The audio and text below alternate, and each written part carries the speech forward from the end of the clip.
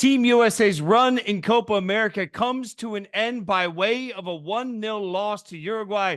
Now, the question is, how did we get here and what comes next? He's Nick Bromberg. I'm Jason Fitz with Yahoo Sports. Nick, let's start with this game. What went wrong for Team USA?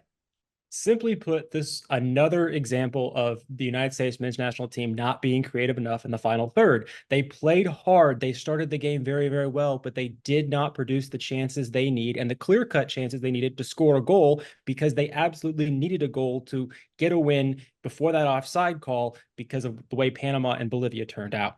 Everybody was screaming about officiating, and there is an important conversation to have about the fact that, frankly, the officiating was horrid in this game.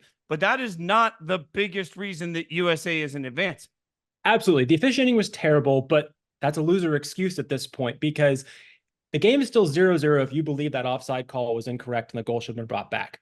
0-0 was not good enough. At the time it was, Panama and Bolivia were tied, but Panama quickly took a 2-1 lead, then a 3-1 lead. The United States needed to win the game at that point. And what did they need to do to win the game? Score a goal. They could not do that. Let's be honest, this team did not meet the expectation. This is a fail. They didn't get out of a group that we thought they would get out. Most people thought they would get out of. So now what for the program overall? That's the massive question. And U.S. soccer faces a huge decision here. Do you keep Gregg Berhalter for the 2026 World Cup, or do you make a change? There's not that much time, not that much opportunity to get high-level games here. This is the first time the United States has gone out in a major tournament on home soil in the group stage. Think about that for a second. This is a massive, massive failure.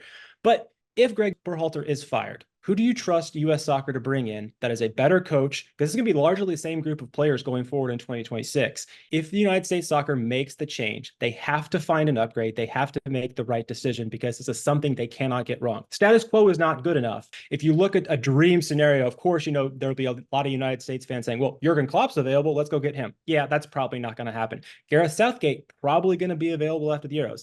That's probably not going to happen. And have you seen the soccer that England plays under him? It's very drab and boring. That's not what the U.S. needs. They have attacking talent. They need somebody with a tactical mind to link these guys up, because this is a team that absolutely should be making the quarterfinals of World Cup 2026. This moment for this team is a fail. The men's team is going to have to figure out how to bounce back in a big, big way moving forward, for not just for now, but also for the future of soccer.